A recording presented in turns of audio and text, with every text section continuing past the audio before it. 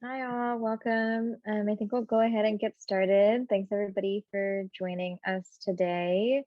Today we're going to be discussing imperialism and anti-militarism.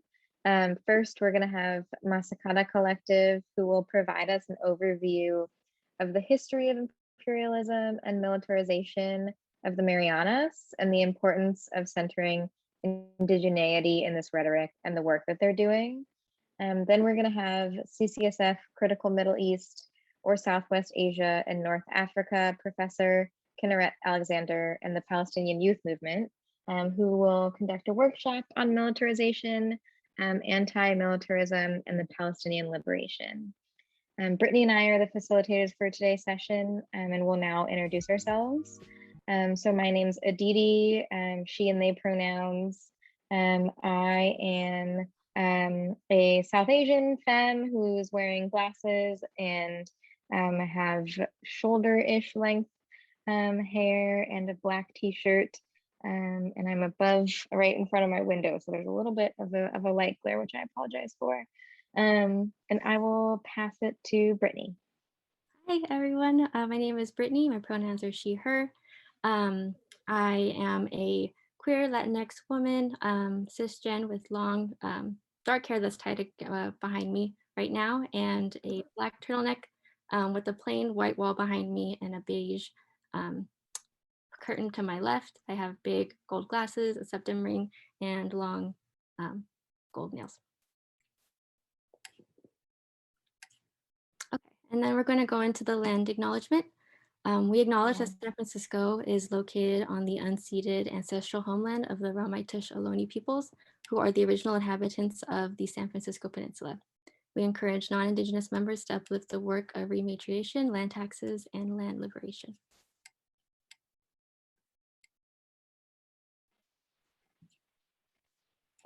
We also want to be intentional with how we are creating Black, Indigenous, and POC-centered spaces. We want to move forward by creating practices to prioritize BIPOC members and proactively decenter whiteness and dismantle white supremacy, anti-Blackness, misogynoir, and colorism. So because of that, we will open our facilitated discussion to be open only to BIPOC first, centering LGBTQ plus and disabled BIPOC, with the last minutes being open to all, such as non-BIPOC. We're mindful of creating BIPOC-centered spaces in the breakout rooms, so please DM the person marked host. I think it's Gracie, who will please message Gracie. Oh, sorry, message Aire. Apologies. Message Aire if you're a white person so that we can mindfully arrange the breakout rooms. And the chat is open to everyone. However, we ask white folks to please be mindful over taking up too much space. For now, the Zoom sessions will continue to be open for anyone to join. We also have a mutual aid fundraiser that will go towards paying our speakers for presenting to us, with payments towards Black, Indigenous, and POC speakers prioritized. Please contribute to the fund if you are a less systems impacted person who is benefiting from this space. The Zoom moderators will post the link in the chat right now. Our collective care, our care coordinators, Tira and Kari, will be providing collective care during the session with BIPOC prioritized. Please DM them if you're feeling triggered or re-traumatized by the content being discussed. If you need to take a break, or you can go into a breakout room with someone from the session, or if you need to be provided with care resources. Our Zoom moderators will share the anonymous care form in the chat where you can provide feedback on the session. Collective care is central to abolition, as we've learned in our previous sessions. I think we'll now have either either Tiara or Kari share an update regarding collective care. I don't know who wants to jump in. Thanks, Aditi. Thanks, Brittany. Hey, y'all, it's Kari. Can you hear me? Cool, thank you. She, her pronouns are fine. I am a light-skinned Black person wearing big, like old school looking Black over the head headphones. I have curly hair that's just on the top, shaved on the sides, Black big glasses, and a stripy sweater tee tank top thing.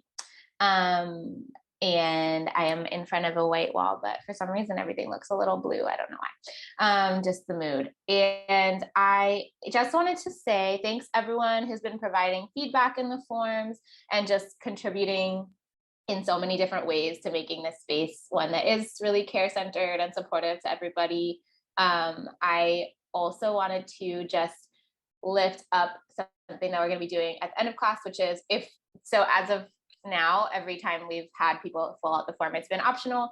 If y'all would not mind, it would be great to have just everybody fill out the form quickly this time to be like a midpoint sort of how is the class going and is there stuff that we could do to make it more supportive or engaging. I think we also want to like recognize that not everyone has always like felt comfortable speaking up. And I think that, you know, if you are somebody who wants to be able to be more like actively participating, but something is a barrier for you, we want to be able to sort of address that. Or if there's stuff that's been going on that that is hard and you'd want us to support you in that, please let us know. So I'm just going to remind everyone at the end of class, I'll send the form out and ask that folks can take, it really shouldn't take more than 5 minutes to just fill out a little bit of feedback.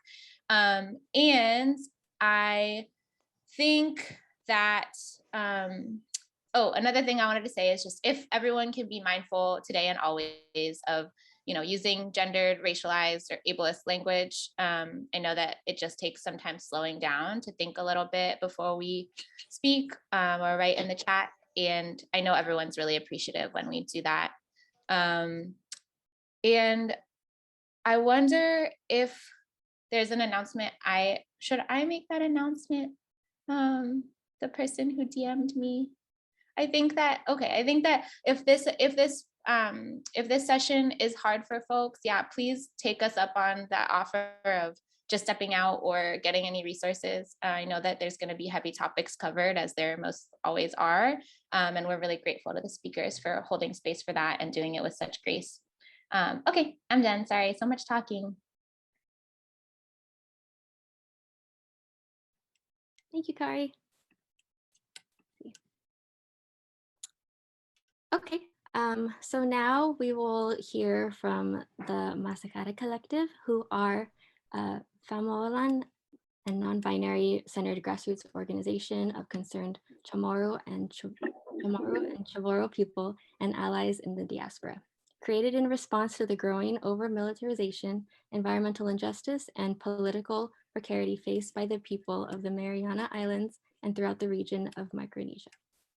Since its founding in the spring of 2021, the Masakåda Collective has organized campaigns in support of legislation that ensures continued access to clean water threatened by military operations, provided written testimonials in support of limiting the sale and purchase of lands to the indigenous people of the Commonwealth of the Northern Mariana Islands, has begun work to form transoceanic bonds between diasporic CHamoros and CHamoros and those in the Marianas, and is currently testifying in opposition to the release of contaminated wastewater from the Fukushima Daiichi nuclear power plant disaster into the Pacific Ocean.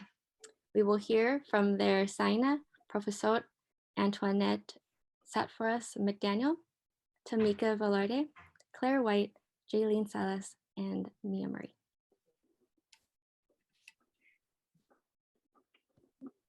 Woo! Okay. All right, are we up then? Is this us? All right, and am I the co-host so I can share? I do have a video with some sound, so if I could get co-hosting responsibilities, can someone let me know? Am I ready to go? Yeah, you should be ready to go. Okay, terrific. Tia, if you want, I can share the slide. Do you want to share your video before I share all of the? I'll go ahead and pull up the slide and I'll let you share that for, actually, I think that slide is gone, my dear. On the background. Why don't you go ahead and yeah, I can pull it up. I just didn't know if you want. go ahead and pull it up. Okay.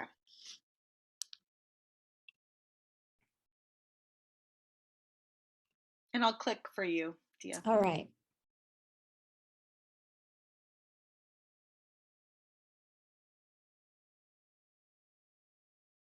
So are you advancing? Sorry. Okay, here we go.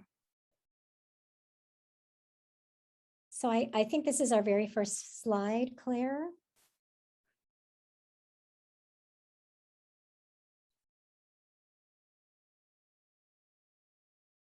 Okay.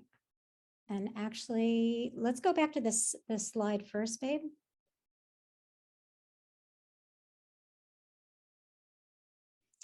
All right. So let's see. A little thrown because I'm not the host, but let's go ahead and proceed.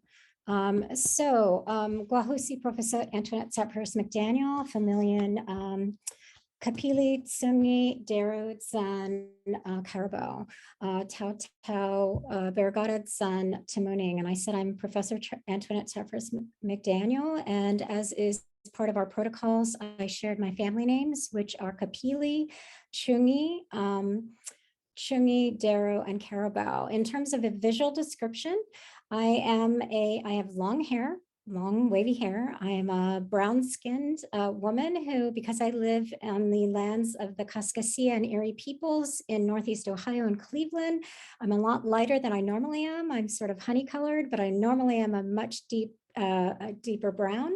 I'm also wearing round spectacles that are blue because I love color, and some hoop earrings that are silver.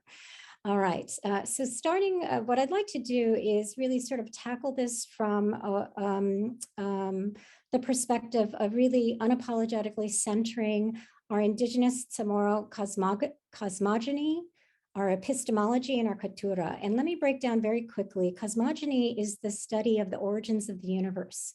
And we unapologetically center our creation story here in our presentation. We will also be centering our historia, ifino, and itiningota, which means our history, our language, which was taken away from us, and our knowledge. So here, Claire, if you could please go ahead to the video of Itinituan, and if you can move it along, because I know you can get us all the way to where it says 11 seconds, and we will stop at 1:38, 1 minute and 38 seconds.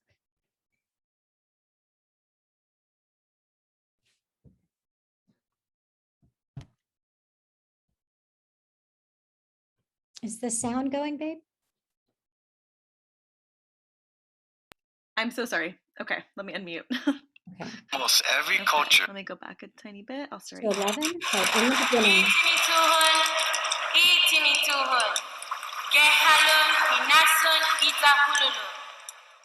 Almost every culture has its own account of creation, and each one tells a unique story.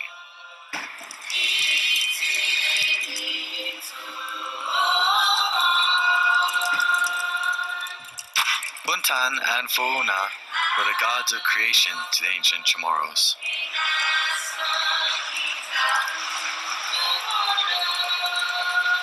Buntan and Fo'una were brother and sister. They devised a plan in which their supernatural forces would be put to extremely powerful use.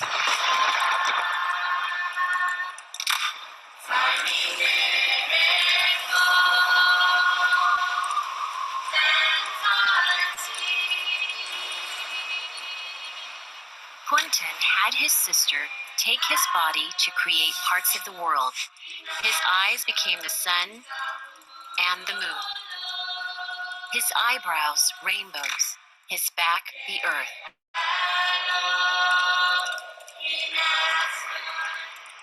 Fo'una used her energy and spirit to bring life to her brother's body. With her power, she made the sun shine and the earth blossom. Okay, that's good.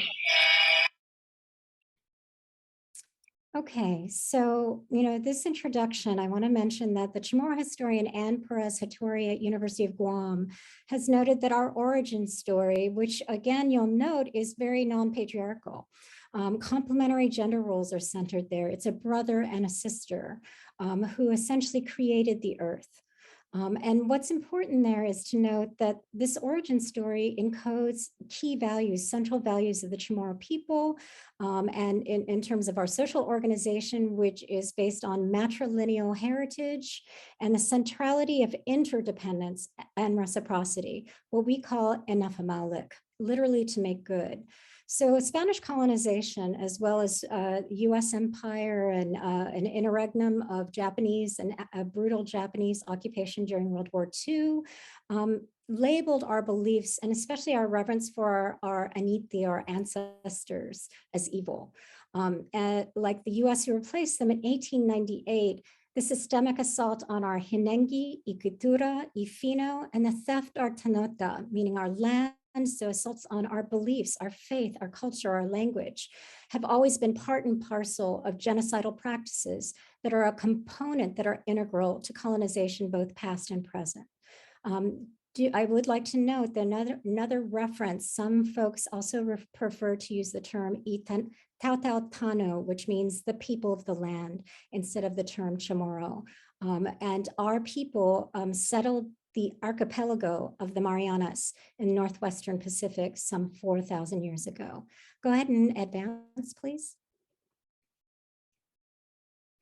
So here, it's important, I really want to point out the brilliance of our ancestors, the ingenuity, the courage.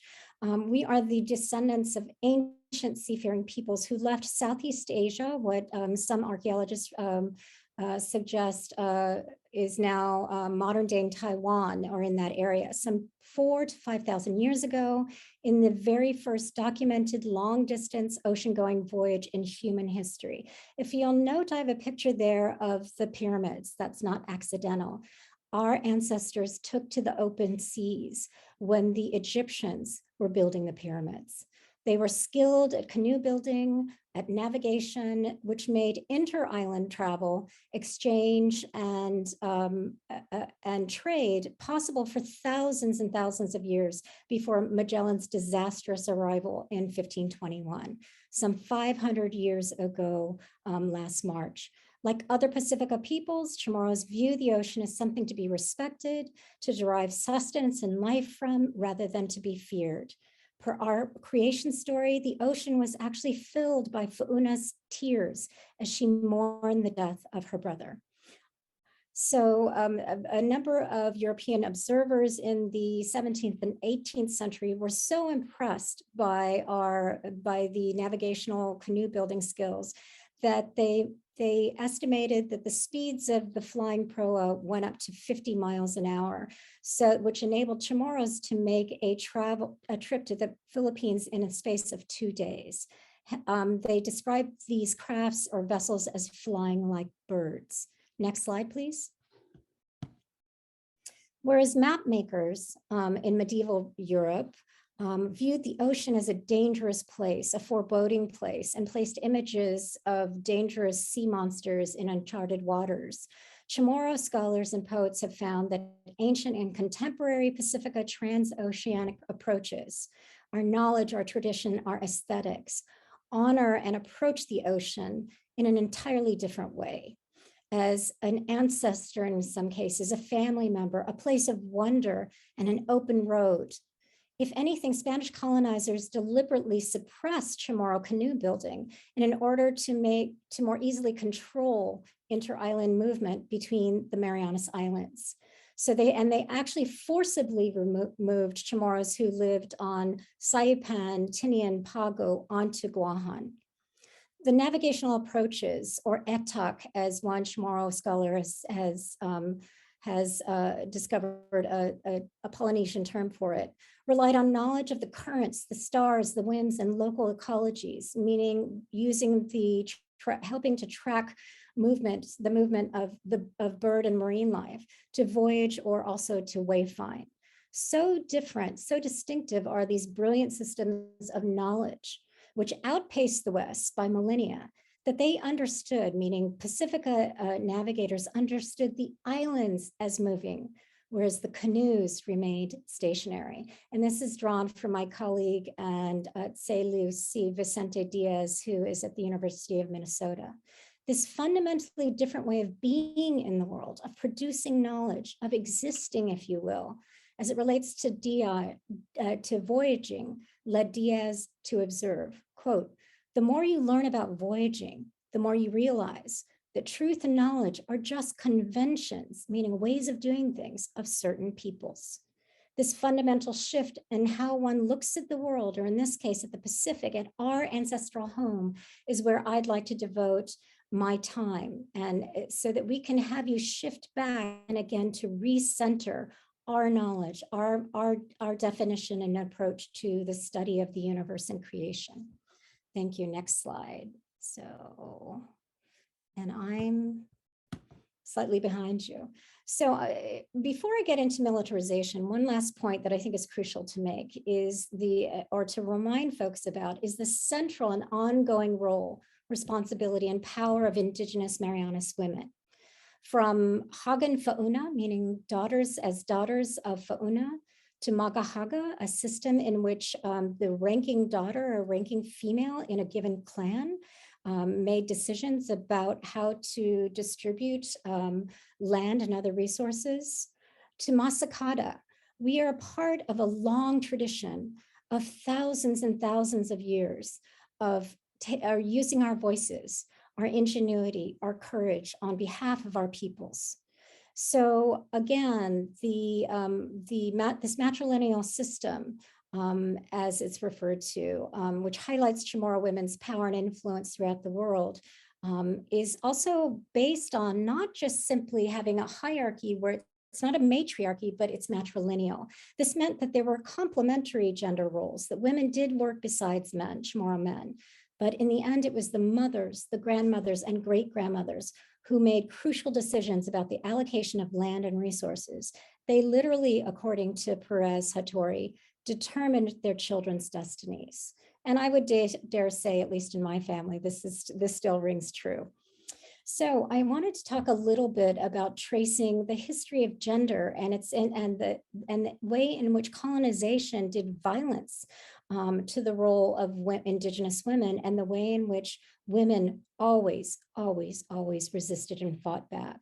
And here there is a trigger warning for those of you who are triggered by sexual violence. And I do want to mention that as a mother of someone who does a great deal of activism around this topic and is herself a survivor of sexual violence, I want to assure you that I've only included the language or the issues that I've included because it's really necessary to understand the kind of resistance and the kind of strength that Indigenous CHamoru women have demonstrated. One of again, going back to 1521, and this I'm referencing less that year or that moment when Magellan entered our island and was greeted with hospitality, but returned our hospitality by burning down several homes and killing several CHamoru people who just welcomed them. But the point I'm drawing here is that Douglas Oliver, a historian who wrote the book, The Pacific Islands, which was published in 1951, begins this otherwise important book with this line: "The rape of Oceania began with Guam."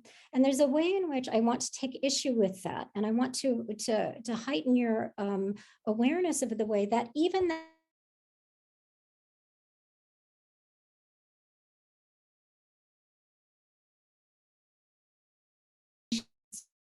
the global South or non-Western Indigenous peoples have often been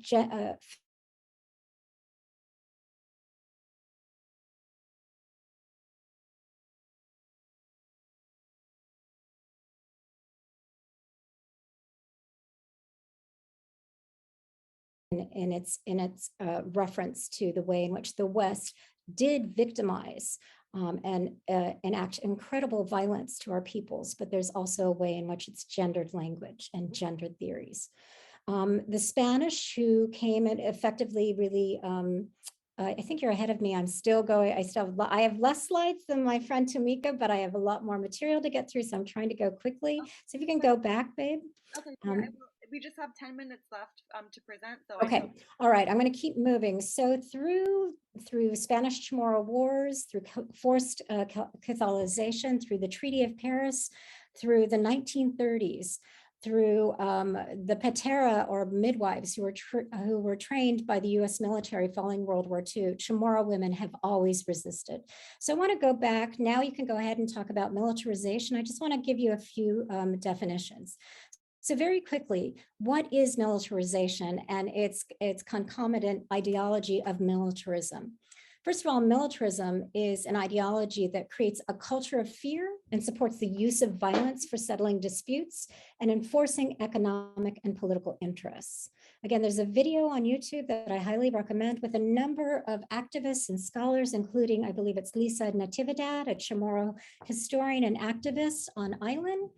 And they talk about, they use, these are some of the quotes that I drew from them, that militarism and militarization are expressions of violence made natural, as if they were commonsensical, as if they were biological imperatives. There are implications of militarism on people's bodies, including sexualized violence on women's bodies that took place in Okinawa, and is in fact linked to the movement of the 5,000 Marines to Guahan as a way of quote unquote resolving the issue, which as one poet recently said, if Okinawan grandmothers did not want the military on their islands, what makes the US think we want them on ours? There's glorification of military symbols. There's implications for gender roles, for class. It does the military does offer the possibility of upward mobility.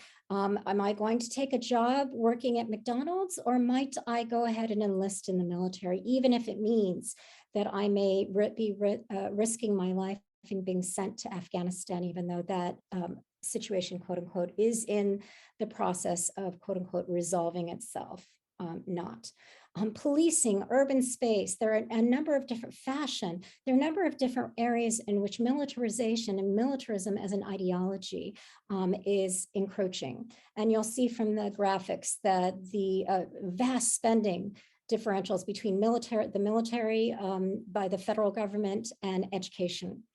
You'll also notice in terms of enforcing and supporting specific economic and political interests, five weapons companies received $2 trillion during the Afghanistan war. Next slide, please. But it's also militarization has also created major conflicts and difficulties for concerned Chamorros who are raising issues about militarization and frankly, over-militarization.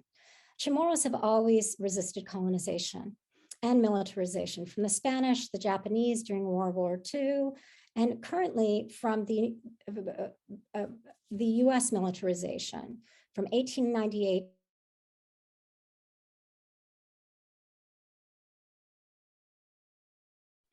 whistling on the island. But starting in Angel Santos, who is a retired veteran, is one of the first sort of modern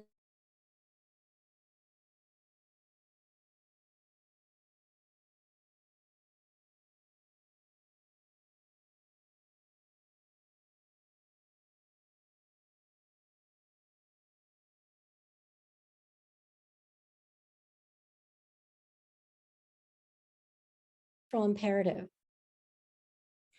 to gai respetu, to honor our elders, to not make trouble to Inafamalek, but also we're trying to fight to protect Inafamalek, to protect harmony on our island, to protect our people. So these critiques of militarization are not just in general, but ultimately we're critiquing as Masakåda activists, U.S. Empire that spans from sea to shining sea, whether we're thinking about the Middle Passage, what one scholar called the Black Atlantic, where so many kidnapped enslaved Africans died, and eventually those who survived built the great wealth of this nation. We're talking about the connections between Puerto Rico and Cuba, who are also spoils of war following 1898. We are critiquing racialized capitalism, sexualized violence, and environmental practices that endanger our communities and our island. I'm going to go ahead and go to my very last slide and talk a little bit about how these issues are very personal.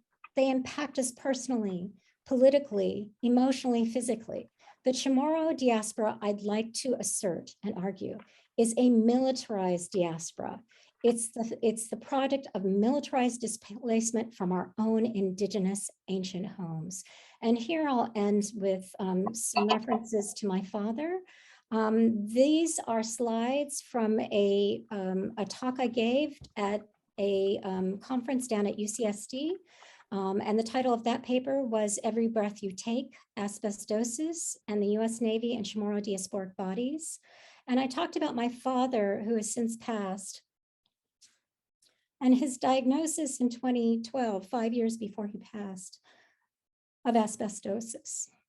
And so this reference to Every Breath You Take talks about the way in which he came to rely on technology, portable oxygen container, for every breath he took, but he also resisted that reliance. And he resisted and spoke to the racialization, to the hierarchies experience. Let me just point out on the lower right-hand side, this picture on militarization and migration, I'll point out that this is a photo taken from, I guess it would be a keepsake of his boot camp experience. And I want to point out, I did put orange around my father as a young man, a 19-year-old who left the island because he believed that there really were no other economic opportunities. He was relabeled, his identity was changed from Jesus Quiriquatzapfris, Familian Carabao and Quiriqua, to seaman recruit Charfaruos. If you look closely, the two rows he's in, the middle row and the bottom row, there are several Chamorro surnames. These men would have been survivors of World War II as children. Of the 62 recruits in his company, Company 86 in 1957, 7 were Chamorros from Guahan. Following the liberation of the island, these young men, where America's day began, felt compelled to leave their island, displace their families, and bring us to Turtle Island. With that, I'm going to turn it over to my capable partner, Tomika Velarde. Sidzius Mase. Okay. Buenas. Wahusi Tomika Velarde, Familian Dalu Zan Bakulu, and I'm speaking to you from the lands of the Wenrowan and Haudenosaunee, also known as Western New York. Pronouns are she, her, and I'm a Black Chamorro woman with curly, shorter shoulder-length hair, and I'm wearing a black sweater, sitting in front of a blue wall, and there's a curtain in the back. Okay, so I am the daughter of 2 U.S. Air Force veterans, and I'm incredibly proud of my parents and grateful for all that they have done for me. So I too am holding this, like being proud of my association with the military, with also what is happening right now in the Marianas. Go ahead, Claire, next slide. So I guess in interest of time, I'm gonna kind of zoom through this story, but basically what happened is that our ancestors woke up one day, there's this giant fish eating the island, and the men go out and try to spear the fish, and meanwhile, can you go to the next slide? Meanwhile, the women, they gather at a pool, a freshwater pool, where they're washing themselves, talking, refreshing their spirits, and their hearts, and they notice these lemon peels that are coming up through the water, and that they realize that there is a hole underneath the island, and they come up with a plan to capture this fish. So they work together, they cut off their hair, and they weave it into this large net that they go out then and capture the fish, and with the help of the men, they are able to send the fish away. Okay. So in our story, our ancestors worked together to get rid of this giant land-eating fish that's threatening their land. So today, our people must work together to address this threat of over-militarization that is threatening Aire, Hånom, Tano CHamoru. That's our air, our water, and our land. So they're planning on relocating 5,000 Marines and opening up the land and the water to training. So this threatens our culture. This means that people will have less access to the land for fishing, for farming, for collecting plant medicines. Also, they'll be limited to going to historical sites and seeing cultural artifacts. Okay, next slide. Okay, so as far as infrastructure goes, as you could imagine, having 30% increase in population is going to put some stress on the electric grid, the schools, roads, other facilities. And so there's a big question about, is this buildup going to be sustainable for the island? Okay, next slide. Okay, so the increase of population will not only put a strain on some of the other infrastructure, but also the housing, because both the sheer number of people, but also because the military personnel are given overseas housing allowance to military members, and this will influence rental prices and housing prices, especially the lower end of the housing market island-wide. Okay, so the military has, as far as in the Marianas goes, and actually worldwide, has a history of exposing the land and the air and the sea to toxic chemicals. So in World War II, the Mariana Islands were exposed to nuclear bomb testing, to the spraying of Agent Orange in the Vietnam era. There are numerous hazardous waste sites throughout the Marianas, and the military has this history of exposing our people and our land to harmful substances, which results in higher instances of diseases like cancer. So, and with this plan to build, to have more military operations, more training, this puts both the aquifers in Guam, in Guahan and Tinian, under threat. Okay, next slide. So there's also threats of militarization to Igaga, which is the wildlife.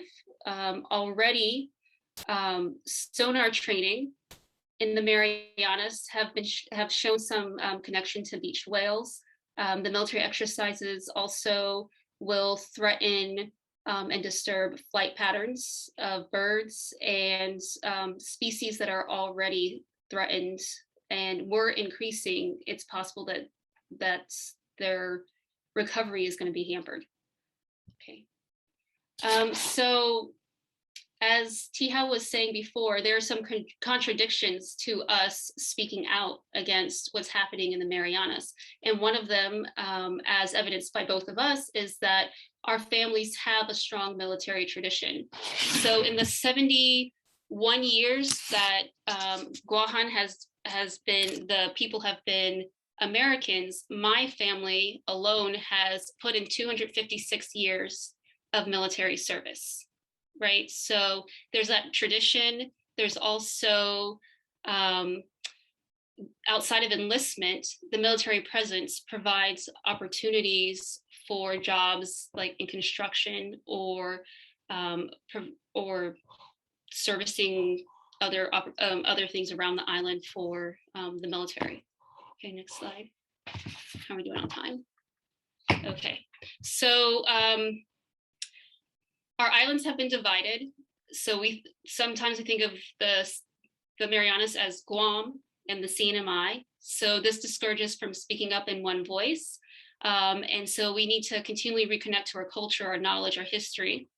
And also a lot of us have moved away from the Marianas. So not only are maybe half of the CHamoru population in the diaspora, but also on Guam and in the CNMI, the CHamoros are no longer the majority of the people who live there. Okay, next. So, okay, so like the women in the story that I was tell you.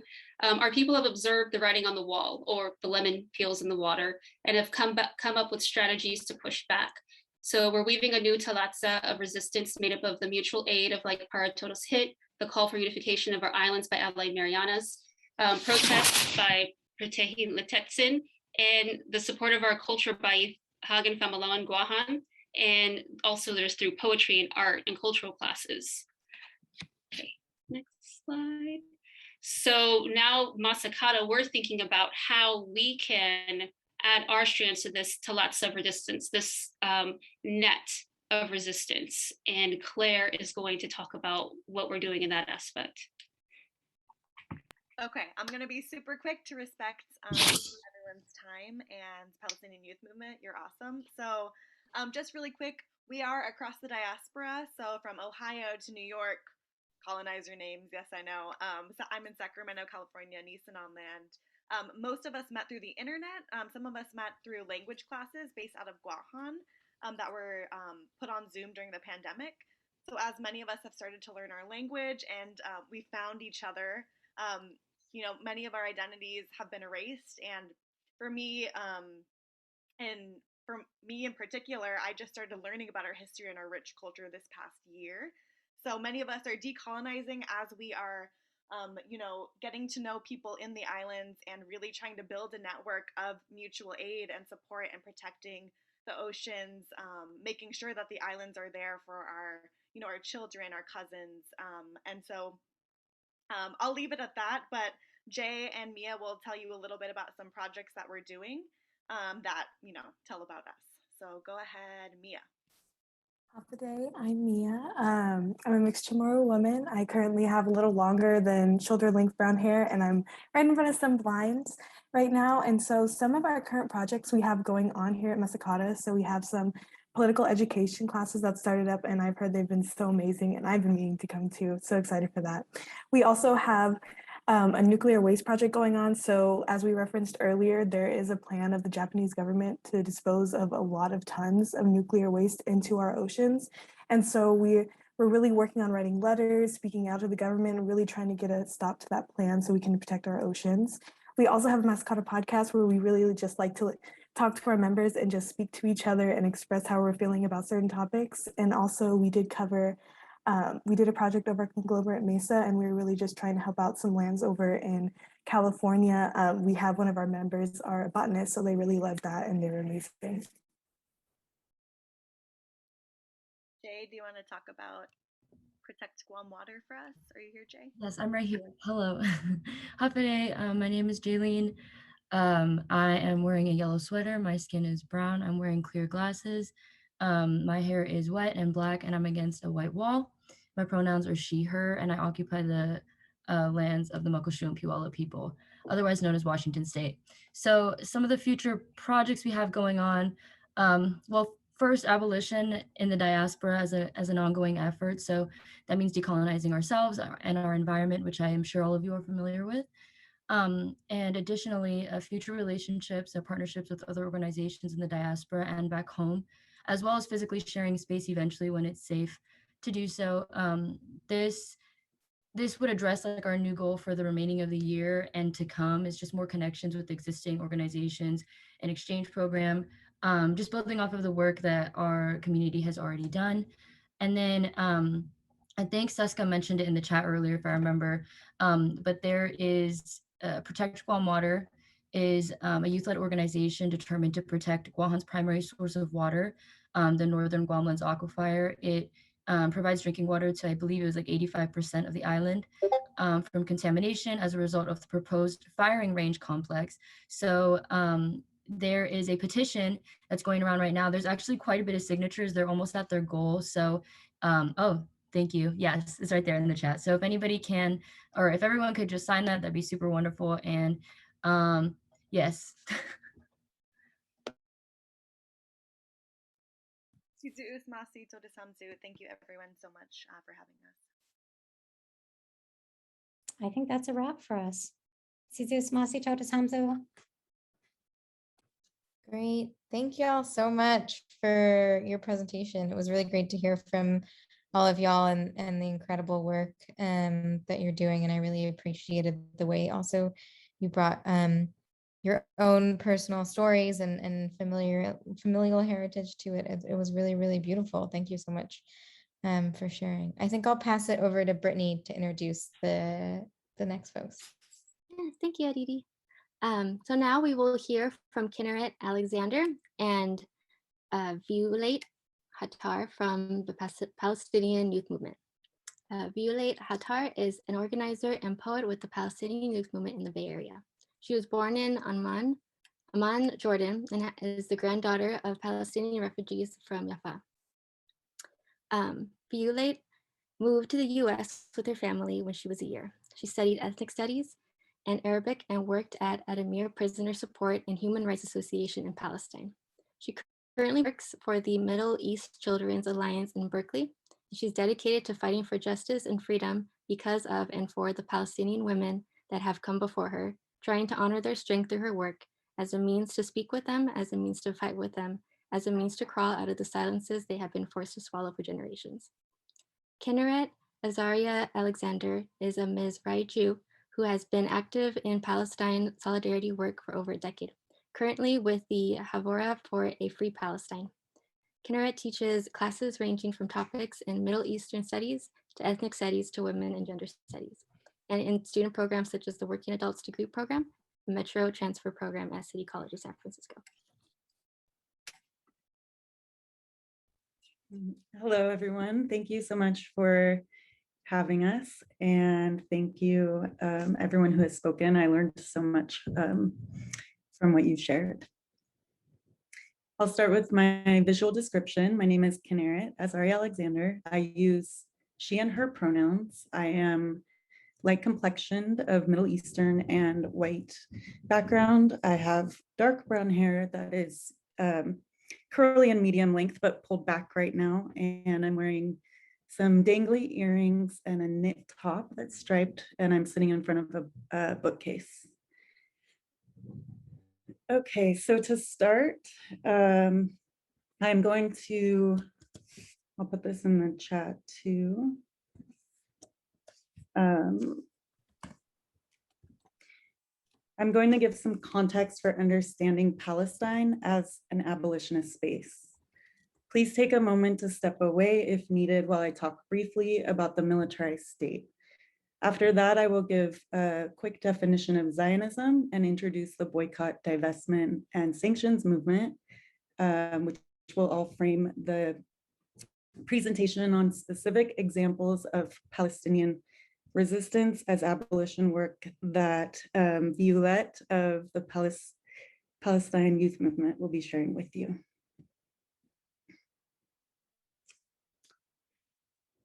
The Palestinian-led struggle for justice and freedom is a global movement in which people from all societies and backgrounds have participated. For generations, Palestinian people have suffered and fought against the colonization of their home, the dispossession of their people, and the decimation of their lived environment. To maintain domination and control, Zionist forces, and then the Israeli government and military have used brutal tactics of displacement, military occupation, massacre, siege, incarceration, legal violence, cultural degradation, ecological destruction, and more. The tragedy goes on and has taken a horrific turn in the last 15 years with the repeated bombing of a trapped population in Gaza and the violent harassment of Palestinians by Israeli settlers, all with the full force and backing of the Israeli military. The State of Israel claims to represent a humanistic response to the historical and ongoing reality of anti-Semitism. The world increasingly recognizes this hypocrisy, understanding the State of Israel for what it is, a violent oppressor state based on a racial hierarchy that subjects Palestinian people to Jewish supremacy, while at the same time subjecting many different Jewish peoples to a violent racial hierarchy, with Ashkenazi or white Jewish people at the pinnacle. In 2005, dozens of organizations representing a cross-section of Palestinian society published a call to action.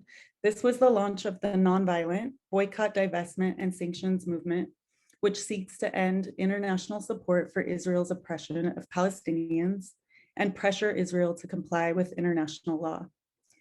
Joining this movement is a concrete way for people across the world to enact solidarity with the Palestinian people.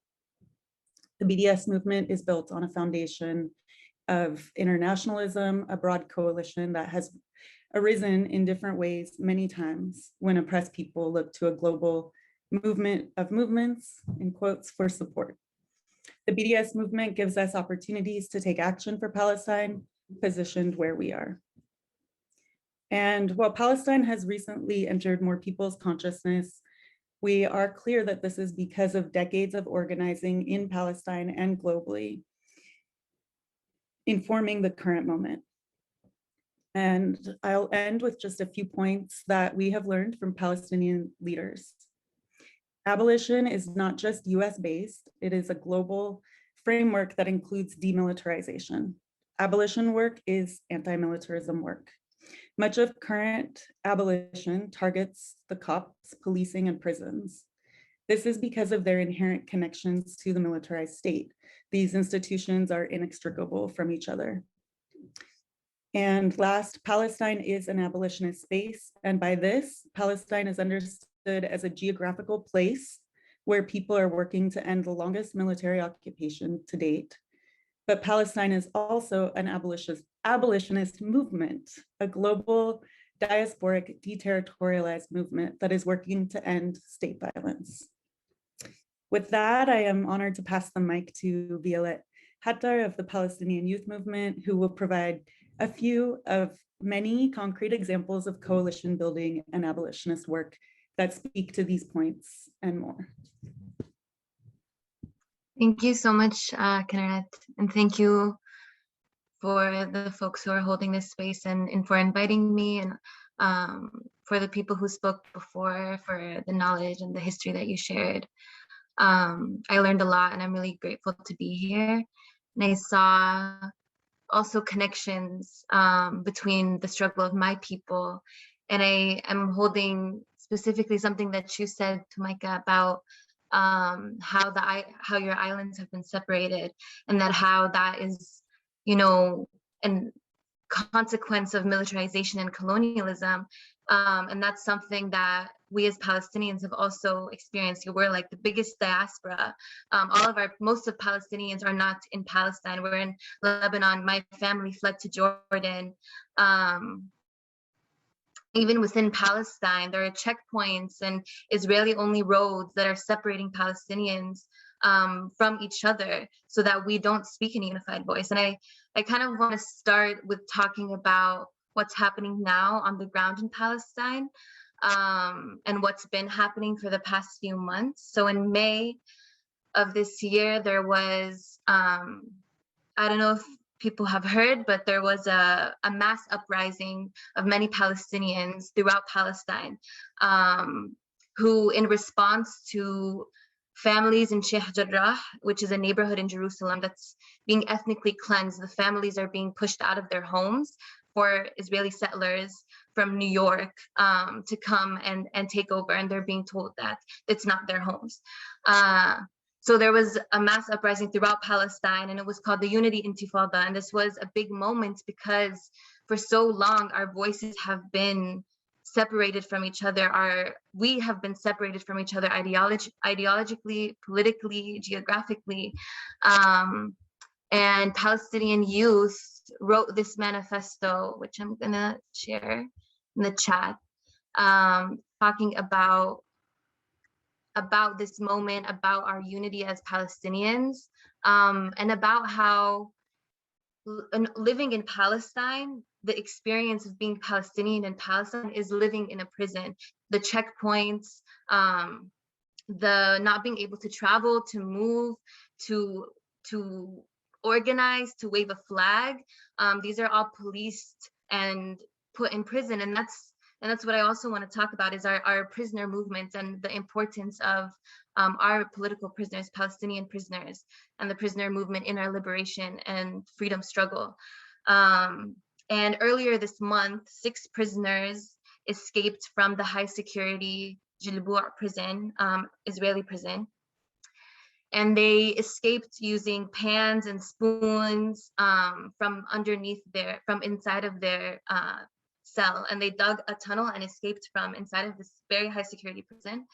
6 of them escaped, and now they have all been rearrested and are facing extreme repression within prisons. And in response to this, almost over 4,700 Palestinian political prisoners have faced extreme repression and collective punishment. And now throughout Palestine, there are mass arrest campaigns, also in response to this escape and the protest in support of it. Israel is really cracking down on Palestinians throughout Palestine. And for us, our prisoners are the leaders and revolutions who define our politics and our movement. For us, all our prisoners are political prisoners, and they hold a lot of respect and honor in our society. And I work a lot within the PYM in general with political prisoners and with our movement, and in creating coalitional spaces between groups working on abolition in the US and groups and work happening about political prisoners in Palestine. And Palestine has entered the political prisoner scene through this. Palestine has entered the political prisoner scene and abolition work here, and Palestine brings not just an abolitionist approach to prisons and incarceration in the US, but as Kinneret was mentioning, an anti-militarization, anti-occupation, and anti-colonial approach. For us, abolition is not just about closing prisons and freedom for inside, and that's something that's really important, but it's something it's also broader and bigger than that. Abolition is about ending US military aid, making our homelands a prison for our people. It's about giving power and land sovereignty, self-determination to Native and Indigenous people, about seeing prisons and carcerality as a symptom of a militarized and colonial society and a system that needs to be dismantled. And it's about fighting for a reality that isn't about punishment and death, but also about life and freedom. And a big turning point in our work around prison and abolition was the Pelican-Based Palestine movement, which was a coalition created in 2011 between PYM, the Arab Resource and Organizing Center, the California Coalition for Women Prisoners, Critical Resistance, Freedom Archives, All of Us or None, California Coalition of Youth Justice. There was a lot of organizations, and it grew out of the 2011 hunger strikes happening in Palestine, of prisoners protesting detention and imprisonment without trial or charge. And at the same time, 6,000 prisoners in Pelican-Based prison in the Bay took part in a 3-week-long hunger strike. And the biggest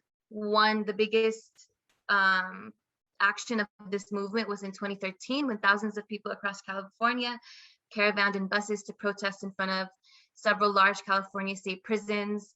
Many of those people were from Palestine solidarity groups. And through that work, five demands were demanded by California state prisoners, which included ending group punishment and administrative abuse, ending solitary confinement, giving nutritious and adequate food, offering programming and privileges for people living in the solitary housing unit in the SHU. So this was in 2013. And then in 2014, those sets of demands, the prisoners went on hunger strike again, and those sets of demands changed because it added what was needed politically. So people who were in prison for minor offenses, or political prisoners who didn't have access to their lawyers. And they also went on hunger strike, adding, these more addressing the systemic and political nature of imprisonment. And at the same time, 2 prisoners in Palestine were going on hunger strike. And so Pelican-Based Palestine really built the foundation of joint struggle and movements connecting prison abolition and militarization in the US and in Palestine. We're also working on art against imprisonment now. I'm working with the PYM, also in coalition, and with Ad-Damir, which is a prisoner support group inside of Palestine in Ramallah and the West Bank, and California Coalition for Women Prisoners, Freedom Archives, a lot of the same organizations from Pelican-Based Palestine. And it's an online art show that displays art from people incarcerated in the US and in Palestine. And I can send the link in a little bit. So this exhibit is an international collaboration that emerged from the intersecting struggles against imprisonment in Palestine and the US. And art is one of the most critical and inspiring forms of solidarity between our movements against imprisonment and toward collective liberation. Incarcerated people are contesting the brutalizing and dehumanizing structure of imprisonment. You know, prison is meant to break the spirit of the person inside. And this art coming from people who have been incarcerated or are currently incarcerated is a way of resisting that, and of demanding humanity, of demanding dignity. And through poetry, drawing, painting, tatris, which is Palestinian embroidery, sculpting and weaving, and through this art, resist and claim a liberated space. And so I'll send the link. This is a project that we're working on now and are currently trying to build more and trying to do more events around poetry and bridging this, how art breaks down these barriers and walls and gender norms and languages, and in many cases, the social and political infrastructure that are used to separate our struggles. And the last thing that the last campaign that PYM has been a part of that I want to mention is Urban Shield. So Urban Shield is a regional, national, and global weapons expo and SWAT training that takes place in the Bay Area. It brings together law enforcement agencies and first responders from across the country and the world, including from the apartheid state, colonial state of Israel, in order for them to learn how to better repress, criminalize, and militarize our communities. So cops here in this program get training from Israel on how to use weapons that Israel tests on Palestinians. They sell them as field tested, these tactics as field tested, that they use against Palestinians to then use against Black and Brown communities here. And so there was a movement that began in 2014 to stop Urban Shield and to stop the funding that goes from Alameda County to this program, this militarized program. And in 2019, because of this organizing, the Alameda County Board of Supervisors voted to stop funding Urban Shield and adopted the community recommendations for demilitarized disaster preparedness in the Bay Area. So that was a big win. And so we're happy about that. And they keep trying to bring it back too, but we keep, pushing back. But this shows the connections, right, between militarization here and in Palestine. It's all connected. I mean, $3.8 billion U.S. taxpayer dollars goes to funding the Israeli military. And there was currently a vote in Congress about stopping providing unconditional aid to Israel, and it did not pass. So this aid is unconditional. It's used to imprison the population, including children. It's used to build walls, checkpoints, and it's used to build basically an economy on militarization that exports that violence and those weapons to the US, to literally all over the world, to India to use against Kashmir, Chile to use against the indigenous population there. It's used and exported. This violence, militarization is exported and used throughout the world. And I just want to end on this note of education, and how education is incredibly central and important part of abolition, of being able to imagine and work towards a future free of borders, prisons, and policing.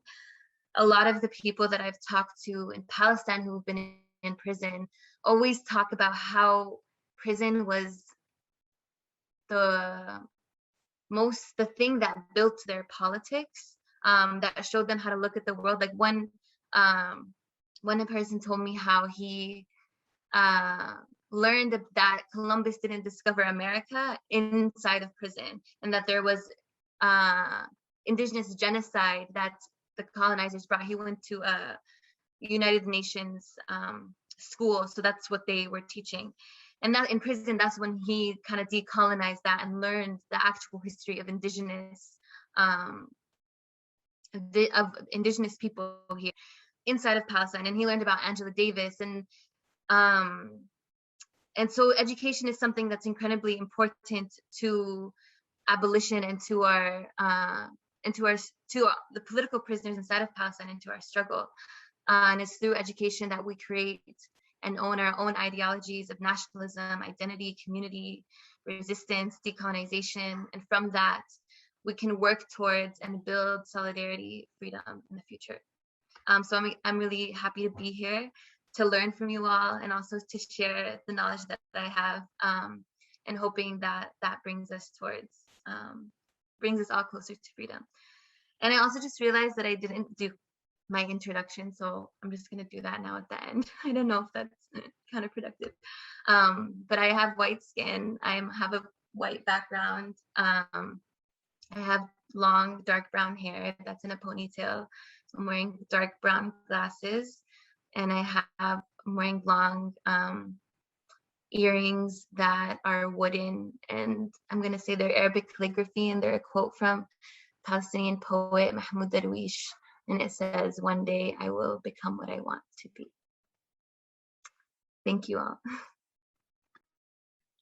Thank you so much, Kinneret and Voulette. I thought it was beautiful what you spoke about, especially the connections you made with global militarization and how abolition has to be anti-militarization. And what you said about making home, like living in your homelands, feeling like a prison. My family is from El Salvador, and El Salvador had horrible civil wars from like the 70s into like the 90s. And they were funded by both the US and the Carter Reagan administration and by the state of Israel. And they did the same thing, like, so like going, like infiltrating. And so when you say like it's a global thing and solidarity has to be global and abolition has to be global, there's, you know, parts of the world that, like where my family is from, that are connected to Palestine and that struggle. So thank you so much for that. So now, sorry, I believe we're going to go into a break. So. Yeah, I think we'll do a 10-minute break, and then we'll come back and have a Q&A. Thank y'all so much.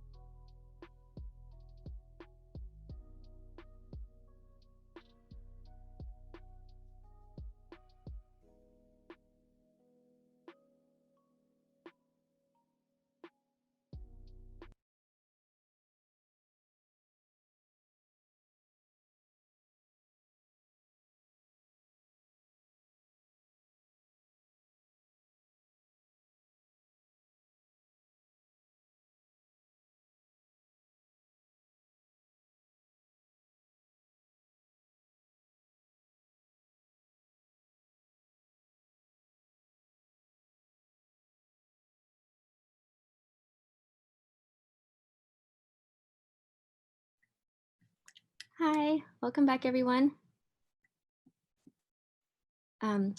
We are now going to begin our 10-minute Q&A for class members who are Black, Indigenous, and people of color.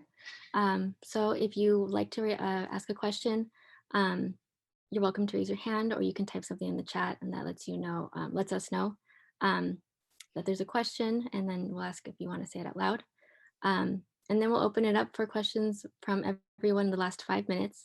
And after the Q&A, we're going to go into breakout room discussions. So please remember to send a message to the person marked as host to let them know you are white, so that we can arrange the breakout rooms accordingly.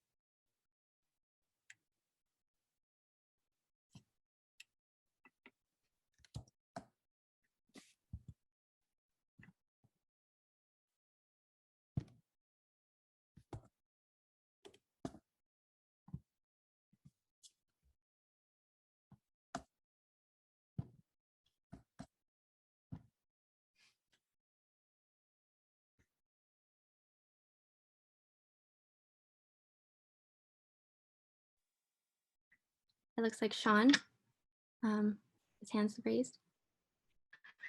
Yeah, I just wanted to ask Masakåda, with the creation of this story, how do they, my apologies, but how does it affect the worldview, right? The theory of creation, or not theory of creation, their beliefs about creation. And that's to anybody in Masakåda that cares to answer. I can take part of it, and if anyone else wants to jump in. Masakåda has key values, guiding values, and people can, Joni can type them into the chat if you like, that include respeto, to have respect for one another, interdependence, or inafamala, to make good for all people. Inagofli'i is another one, which is we understand as one of the highest forms of love, to truly see and care for one another.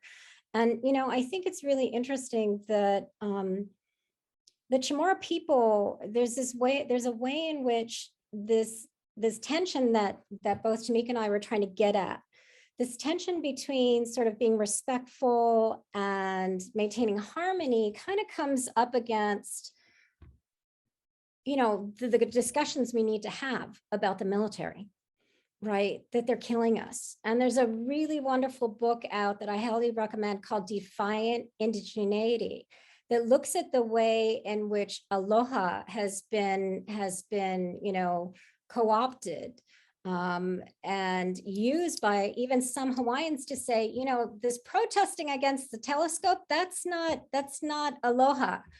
And there's a way in which that text, Masakåda as a group needs to really embrace this notion that inafamala can mean fighting against oppression, because we are doing for our people, and we are doing for our land and our air and our water.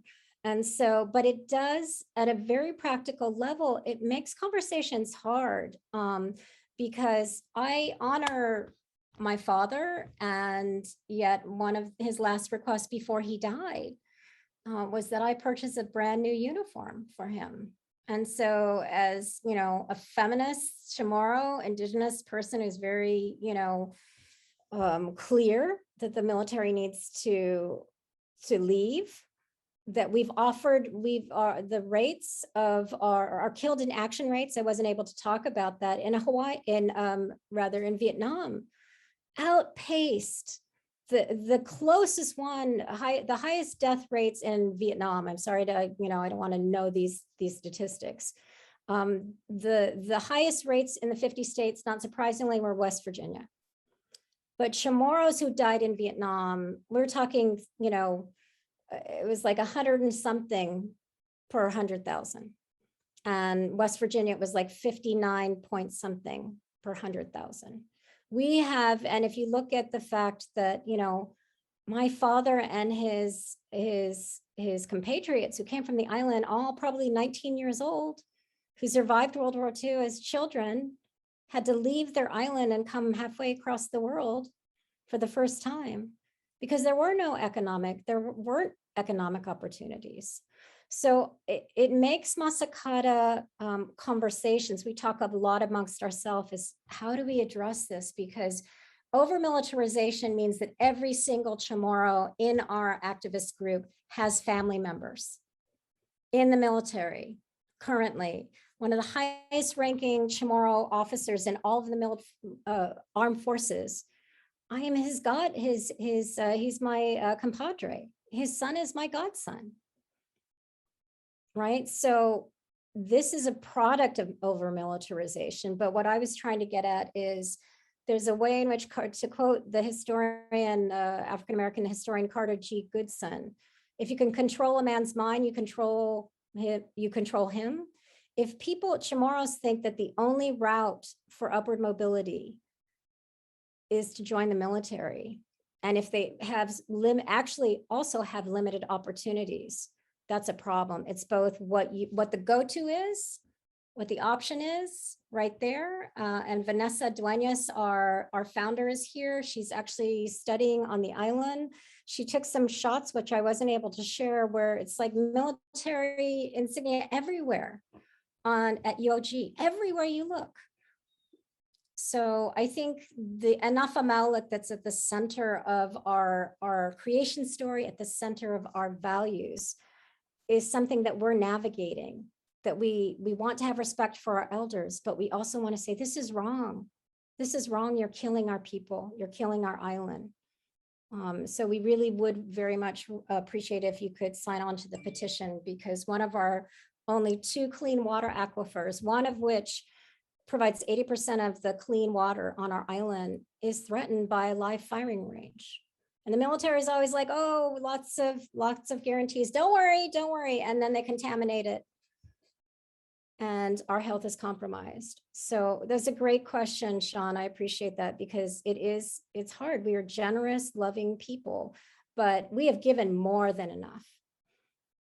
They don't need to be there. Thank you for that answer. Thank you. You're welcome.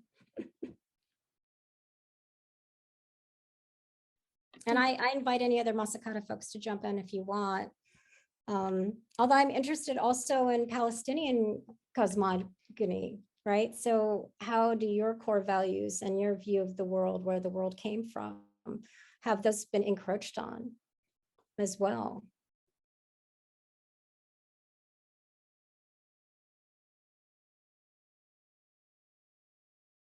Sorry, it's habit. I'm a professor, so I'm not trying to put you on the spot.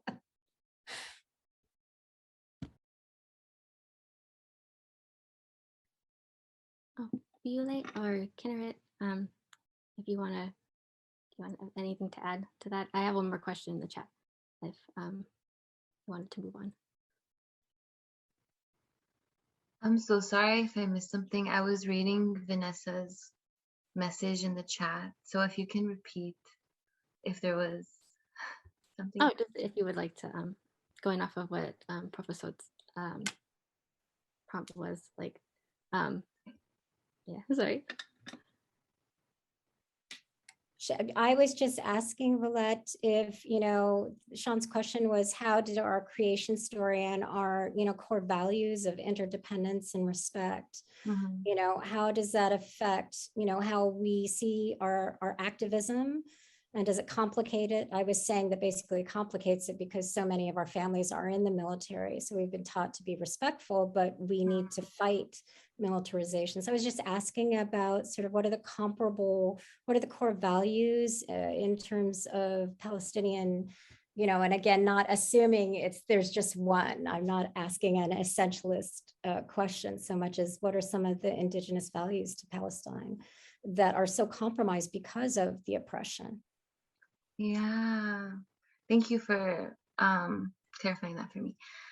Yeah, I think there's, like you said, there's a lot of different ways that people respond to colonialism and oppression, and how that really affects the way that we see ourselves as, see our struggle. Because I think for Palestinians, a dedication to the cause, our cause, and to our liberation is really central to our identity as a people. And I think collectively, that's something that's very important to our collective identity. And also a connection to the land itself, you know, like to olives and to olive oil and to, you know, where my grandparents are from, there's orange trees, and, you know, a connection to the land and to the plants, and having that, that connection is something that's really important. And for us too, the Samud, which is resilience and staying on your land as resistance, you know, that's a resistance to the colonial like state that is trying to kick you off our land. And to me also, like learning about and asking questions to my grandparents and to my parents and learning more about my history as a Palestinian is also that building my own connection to that land. So there's that, and there's also, I think, how, at least for my family, how they have responded to, this is my kitty. His name is Zozo. He's been attacking my computer cord while I was talking. But now he's here. Say hi. Yeah, so I think there's also how my family responded to, I mean, for my dad specifically, how he was like politically organized and active in the 80s when he was in college. And he kind of, after that, was really disillusioned, like his, you know, like he went through a lot because of that. And then we moved to the States, and they're kind of like, we came here to give you a better life. Don't, like, Palestine's never going to be free. Don't worry, like, just make sure you have a good life. Like, we came here, you need to have a good life. And now, you know, like when I started to get more, so it was kind of like, you know, these things, this injustice, but you're not, for me, it was like, you're not, don't say anything about it because it's only going to bring you trouble and nothing is going to happen because of it. You know, we tried and it didn't happen. But yeah, there's still that. Yeah. So I think there is also that big, that's for a lot of Palestinians, especially in the US, there's this this feeling of like, okay, we know that there is this injustice, but also like to have a good life, whatever that means, then we need to, like, there's a silence that we're taught. And also this like this assimilation into the US. So I think, yeah, I think for me, that's what came up when I was with your question. Thank you so much, Voulette. I have one question in the chat, and then I know Kari raised her hand, so we'll go after. So the question here is for both, but specifically for the Palestinian Youth Movement. How do you view physically fighting back or the use of violence for liberation when abolition, be a transformative justice, talks about not increasing more harm?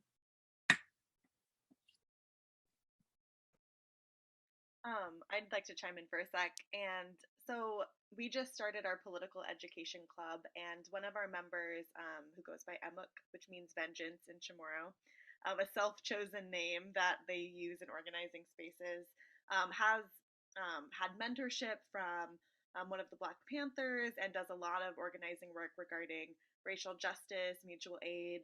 There's a Satashakura Freedom Farm that they help with, and many other areas. But they recently started our political education, and we've been reading, how do you say his name? It's Fanon, right? Fanon.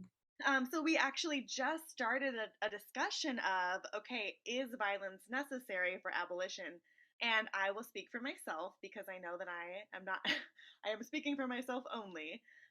But it's something that I've been really thinking about for the past few years, especially, you know, first getting involved in the racial justice uprisings with Black and brown men, non-binary people, and women being killed by the state. And so that's kind of where I started thinking about, okay, well, why is the normalized violence against, you know, Black and Indigenous people, why is that tolerable? Why is that the norm? and any act of resistance, why is that so unacceptable and so violent? And it's because of dehumanization, because of colonization. And so for me personally, I think that this is a strong opinion maybe, I think that it's coming from a real place of privilege when anybody condemns violence of people who have been made to be oppressed and, you know, beat down, and whose only maybe they feel, or we feel like the only course of action left is to defend ourselves. And I think that really it's coming from such an immense place of privilege from anyone who says your violence, you're protecting yourself and your people and trying to live is wrong. So I know that's not really a direct answer, but I am not necessarily against violence if that is what is left. So that's my thought right now in my current analysis. But I'm open to growing and, you know, changing my mind.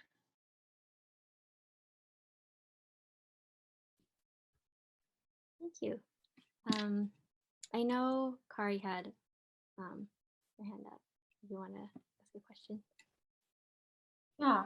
Well, I want to say thanks for all those answers and for that question. And I think just from my understanding of transformative justice work, from what I've read from folks that have been sort of the seminal thinkers and actors there, I don't think people mean it to be a way of repairing harm done to oppressed people by the state or by some powerful institution. It's like one piece of a multifaceted political strategy and framework that's abolition, right? It's like transformative justice is supposed to be a multifaceted strategy to support like creating conditions for care and freedom, and also to support repair between people that are sort of more equal in terms of their powers, their like power dynamics, you know what I mean? I think that I feel like a lot of people like are like, we're supposed to be pacifists. And I'm like, I don't think abolition and pacifism are like at all like synonymous. I mean, yeah. Anyways, and I just wanted to ask y'all all, like every speaker, if you want to share, I would be super interested in hearing this, but specifically I was thinking about just Tomika and Profesot Antoinette, what y'all had spoken about as far as your biological families being tied to the military industrial complex, and how like I really, really appreciated how you explained the tension there. And I was just wondering, like, as far as your own political education within your communities, like how do you actually go about having those conversations? And did y'all get your political education of your own from your bio families, or was that something that you had to seek out far? I see Seska like seek out like far and wide. And I think just seeing how y'all said you're connected through the internet, and like how beautiful that is that y'all have come together and formed this like literal collective. I wonder about political education when the stakes are really high for one's identity, and like trying to talk to loved ones about that. I can go, but Tomika, if you want to pop in real quick. Yeah, so there's a person right there that says Chris Buffet. That's my mom. Hey, Chris. Hey, Taylor. And so she's a U.S. veteran, and I would say, I've gotten some. Did she just pop up there? I've gotten some political education from her. You know, she's very familiar with the history of our island, and I think she joined the military because that was a good choice for her to provide for her family. That was what was available at the time for an education, to make a living. And like a little bit from her, but mostly from, I don't know, friends, people I've met in school, Masakåda. Yeah. If I can jump in, I think part of unlearning this stuff is recognizing that our systems are all violent, right? Educational systems are violent. Political systems are violent. They're predicated on violence. Violence is symbolic. It's very real. Homelessness is violent, right? So I think violence in our conversations about Hånom have been talking about, I think Joni said in the chat that defending yourself is not necessarily a form of violence. It's fighting back because you have a right as a human being to defend yourself. So but on so many different levels, the entire system is violent. And for Masakåda, this collective is so historic. I like to say, again, they refer to me as a Sina, which just means I'm older. I'm an elder. But I also often say, I've been waiting 30 years for these women who are so brilliant and who are so committed to have these conversations. But at the same time, I will say that my father really did talk about how he was racialized in the military. And there's so many contradictions. When we're talking about contradictions, we're talking about these tensions that on the one hand, you have families who are very proud to post that, for example, there's the first female adjutant general, in Guahan right now. There's a CHamoru battalion. And I look at it and I think, wow, this is so confusing because I see my people and I'm proud of them. But at the same time, part of the larger violence is why are there not other opportunities to sustain oneself, to make a living, where CHamoros exert control, over our own island, over our own governance. So that's violent too. But I think that I was fortunate because I think my father really did talk to me about how he was racialized and underestimated always. Keep in mind also that the armed forces were only desegregated in 1950, right? And before that, and this is another contradiction, before that time, if CHamoros did serve in the armed forces, they were only allowed to be servants, to be stewards, to cook, to clean, right? So in 1950, my dad entered in 1957, and by pure meritocracy, it was all based on test scores. And it took me years to, that's a form of violence too, to even realize my dad was intellectually gifted. English was his second language. He had to learn it on the island, but he aced all these tests and he was able to get into what the forerunner of, he was a radio man chief, which was the forerunner of IT. And he would tell me these stories where these white guys, other enlisted guys would say, oh, you're so lucky. You're so lucky. And he told me, I could see his hand, clenching a fist. And he said, and my father was not a violent man, he said, if I could have stabbed them, I would. And I was shocked. And what he meant is they were telling him to his face, you can't possibly have outscored white men. You must have gotten lucky, right? And he said, but I had 5 little kids at home. And there was no way I was gonna. So there's so many levels of violence coming at us. And I think it's about what I was trying to say is militarization as an ideology becomes self-evident, that it's inevitable. Once you accept that something is inevitable, you give up all hope that, well, that's the way, that's the way you get ahead, right? And you do see, we celebrate when, somebody makes officer instead of an enlisted. But it's all, I think these contradictions, these tensions have to be understood as existing within a hierarchy of power, right? Racialized capitalism, a history of U.S. empire in the Pacific that goes back to the 19th century, and before that taking over from the Spanish Empire. So we inherited these contradictions. And as activists, as family members, we're trying our best to figure out how do we have these conversations. But I'm so proud of Masakåda because we are committed to doing so. Chris, did you want to share anything as someone who served in the military? And this is Tomika's mom. Chris, do you want to unmute? I'm sorry, I'm not the facilitator. All right. Sure. I'm here. Whatever my daughter's into, I'm there for her. So, yes, absolutely.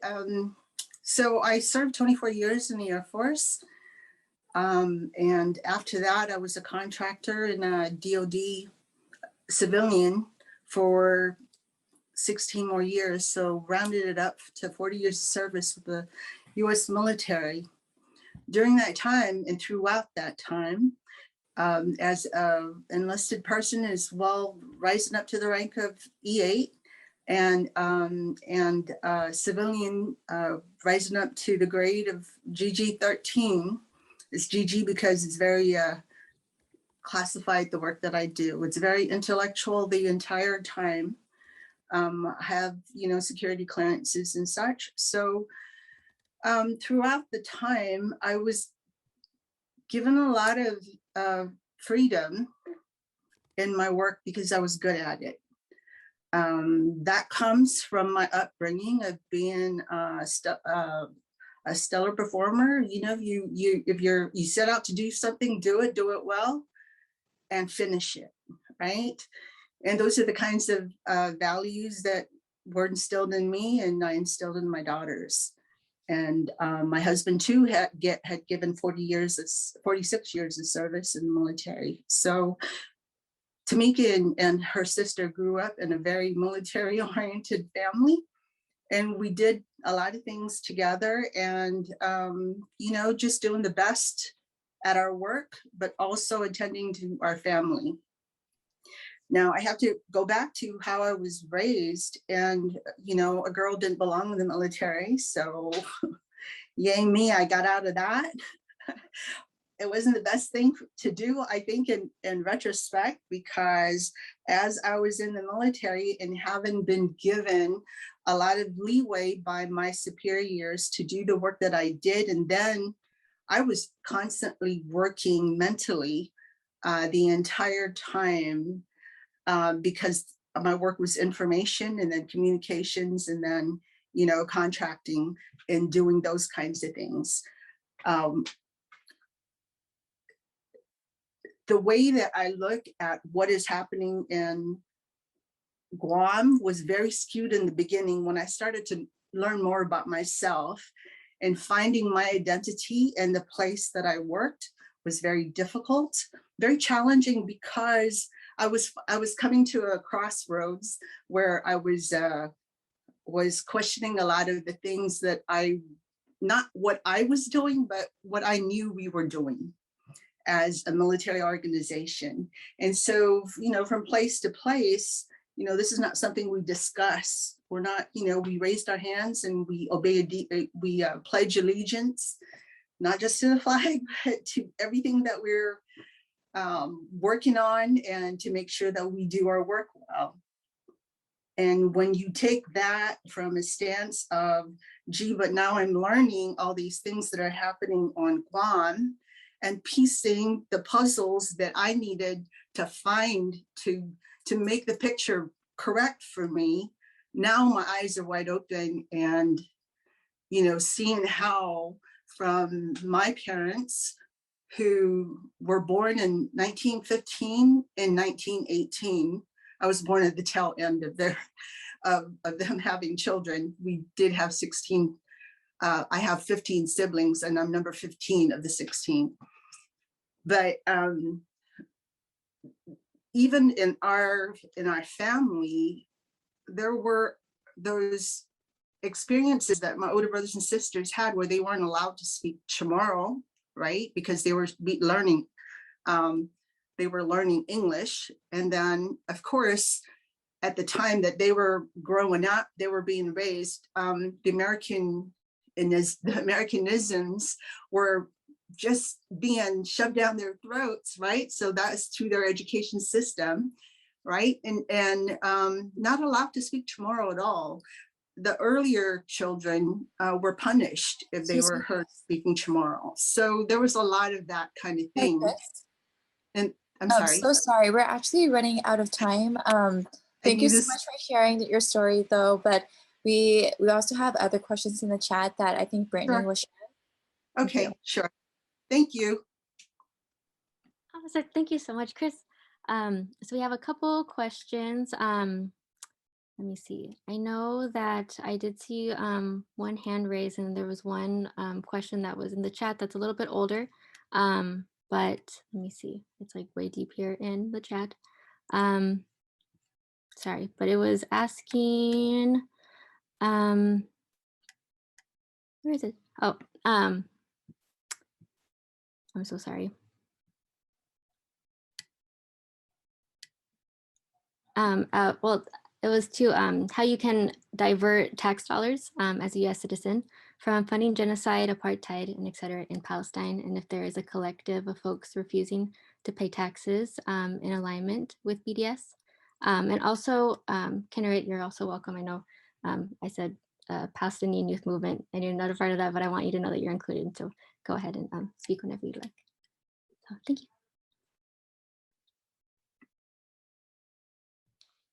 I'll start. I'm actually not aware of specifically BDS tax resistors campaign. Voulette, if you are, or anyone, and want to jump in.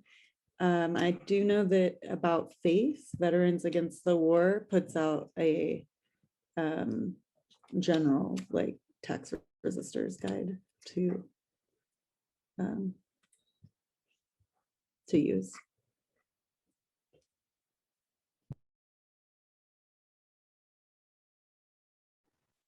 Yeah, I'm also not aware of a movement like that, but if you want to start one, I think that, but something that, I mean, that's something that you can do. I think it's a little bit hard to stop paying your taxes, but something that you can do is what Kinneret mentioned earlier about the boycott, divestment, sanctions movement. So there are companies like Nestle, like SodaStream, like I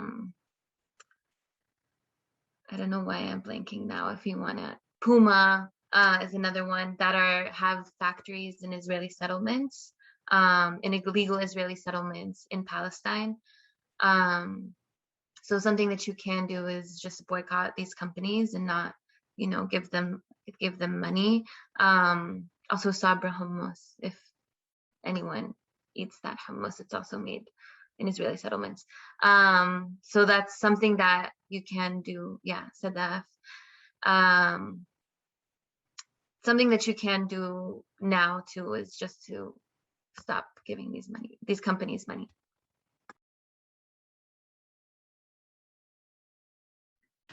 Thank you so much. To be mindful of time, because I know we're coming close to the end of this, we aren't going to do breakout rooms, but instead we're going to finish off with a few more questions and our final reflection. So I know Seska had her hand up. If you want to ask your question, then after that we'll go into our final reflection.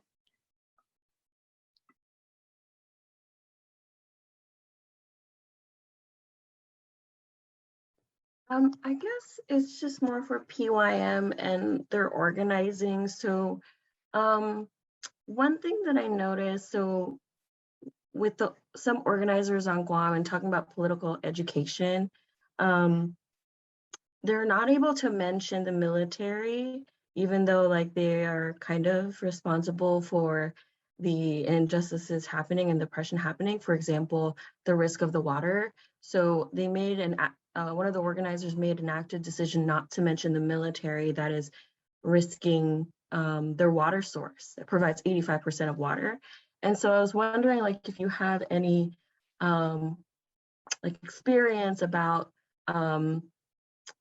how to balance like between political education and abolition with I guess the narrative that you're given based on like traditions and based on like history of like allegiance to the military, because it does provide opportunity to people. So like I was wondering, do you have advice or tips on your organizing about how to go about that, those two very clashing things, but very important to know?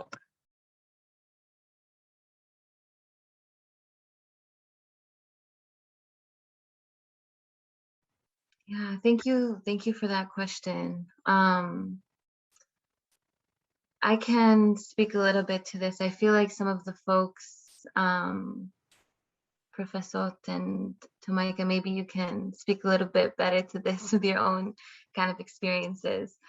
But I think, I mean, I think I'm gonna think about it and then kind of give the space to you all to, if you have anything that you want to say about this.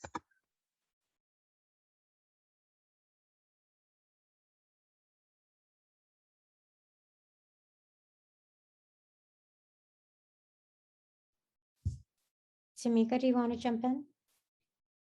Is that a no? No. Okay. All right. For me, political education, or just being able to figure out where I fit in the world, growing up in the diaspora, led to my activism, right? So, and it came from different sources, but there was an essay, the first essay I read in sociology was The Sociological Imagination. And I always assigned it in every class I taught, which a quote from C. Wright Mills, who said, "You can't understand individual biography without understanding history, but you also can't understand history without understanding individual biography." And all of a sudden it was like, okay, I can start figuring out why I don't feel comfortable if somebody tells me I'm a cute little Chinese girl. It's the gendering, but it's also the not knowing who I am. And just that tool, that analytical tool of, okay, go look at history, go learn your history, which wasn't taught, which wasn't available, which is what I mean about, waiting for 30 years. I scratched and looked for what was available. And what I'm so excited about, to work with people like Tomika and Vanessa, who's doing her master's degree, is that so many of my colleagues, Black, Indigenous folks of color, queer folks, often had to say, felt like saying in graduate school, if you want to read something, you're going to have to write it, right? And whether it's the poetry that people were talking about, to going and interviewing your grandparents and getting them to talk about their experiences, write that stuff down. I don't want to say it in a bad way, but it's so important. And even more importantly, record their voices telling those stories. They not only will help you figure out who you are, but they will help you navigate and point you towards the activism you need to be doing, even with the contradictions, right? So, we started reading Fanon, right? And I'm excited about reading Fanon, but I'm also excited about, we need to read about this book, Defiant Indigeneity. We need to read Pacifica authors like Linda Tuhiwe Smith, who talks about decolonizing methodologies. And you guys need to be writing it. And so as an elder, I'm so excited to have all these young people coming up and say, okay, you go, start writing your story. And whether you go into the academy or not, write your stories down. Write what you're experiencing, but do reach out. And for me, theory is really important. Bell Hooks, if anybody knows who Bell Hooks is, said, theory is everything, because theory is just a fancy word for a model of how things work. And when you start figuring out that there are these powerful actors who are behind the scenes telling people, join the military, that's what it means to be a man. That's what honor and courage and loyalty mean. And that's why it's so important to center our own stories and say, no, wait a minute. We said honor and loyalty came from looking out for other people, not stepping on other people to get ahead, not extractive practices that take from the land, despoil it, and don't nurture it, or respect it as an ancestor, as a living thing that keeps us alive, that we have to steward, right? So I think political education is really important, but, for me, it's about there's a lot of unlearning we have to do. And I'm just so amazed and impressed by people who are ready to like throw down and get in the fight without necessarily learning this language.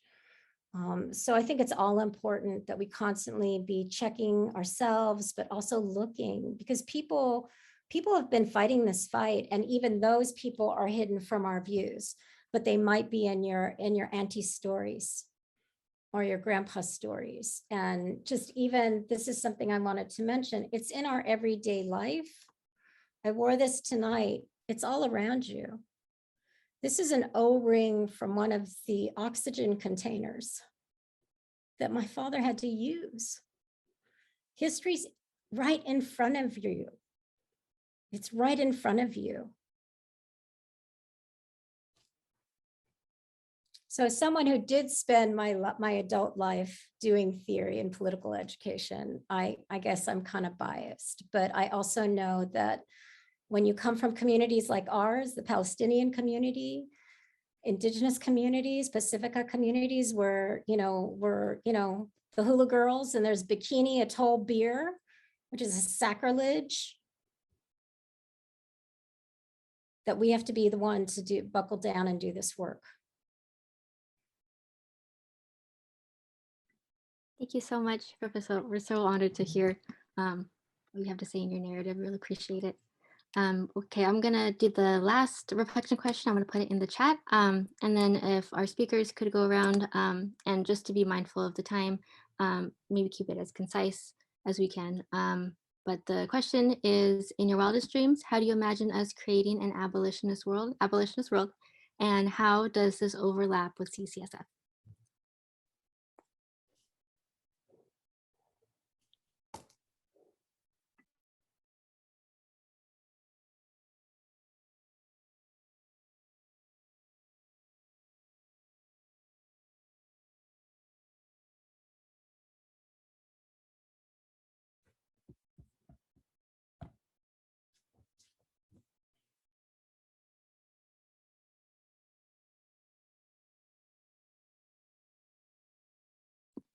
Okay, I'll go first. Okay, so in your wildest dreams, how do you imagine us creating an abolitionist world, and how does this overlap with CCSF? Okay, so if it was my wildest dream, creating an abolitionist world would be made through taking care of the basic needs of, of everyone, making sure that people's needs are met for education, for healthcare, for housing, belonging, and how does that connect with CCSF? Well, I think that what you guys are doing here, where you're like exploring like the education aspect of learning, like how people are working towards an abolitionist world, and what things have already been done and how people are working now. I think that allows you to like kind of like gather all this information together and figure out how that works, how abolition works for you.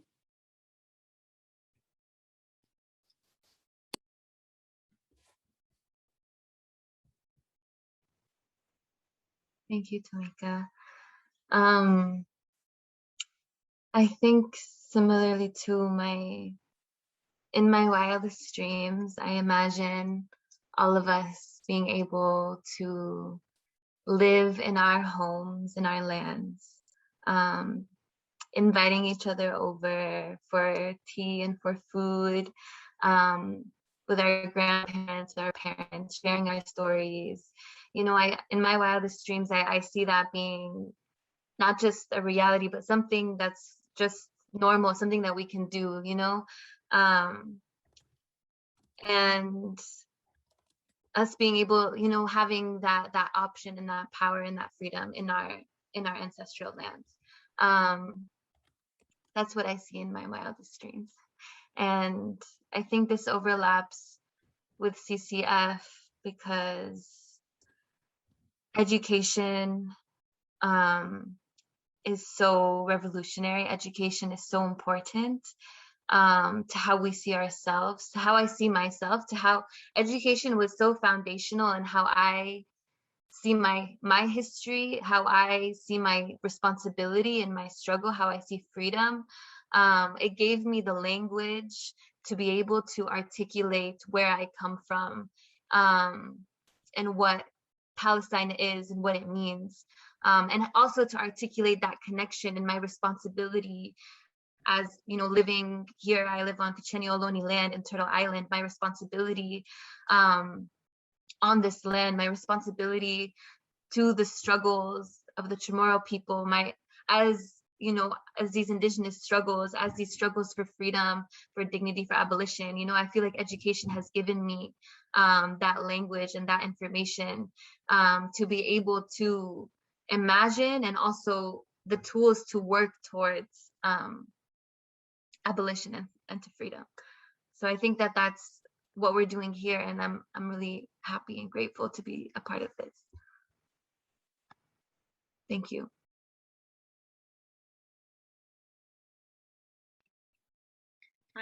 Can I share a quick thought? Do we have time? Is that okay? Okay, I'll be succinct. I'll do my best.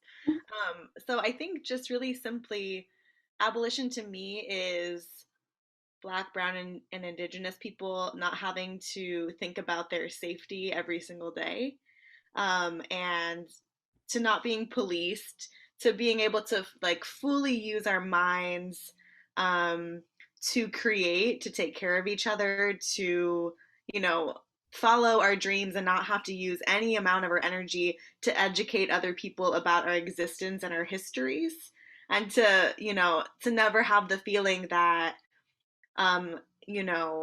anything we've ever done or been a part of has been invalidated, or to know from the moment our babies know from the moment they're in this world that they are celebrated and appreciated for their existence, and never having to fight to remain. I think that's simply what abolition is to me. Thank you so much, Claire. I think that was so beautifully said. We can close out now unless there's anyone that, one of our speakers that wants to add on. I can add super quickly. I don't want to take up too much time. A big and a common theme I saw from everyone too is it's centered on love and community. And we have that community not out of the sense of we need to have this community so we can fight for each other, but we have that community because we love each other and we're here for each other. And it's really beautiful how we all kind of circled back to that, and kind of how this kind of overlaps with CCSF, kind of what I was thinking, and how I saw it is just that I feel like we have these values in us, we see in all of our orgs, we're all coming back to this, how it's community, it's about love, it's about us being together. And so just spreading that and talking to each other and having these conversations. I know for me, I'm a student, and something like this, I don't have that. So just having things like this, having more awareness and just talking to each other and having that community is so beautiful. So thank you so much.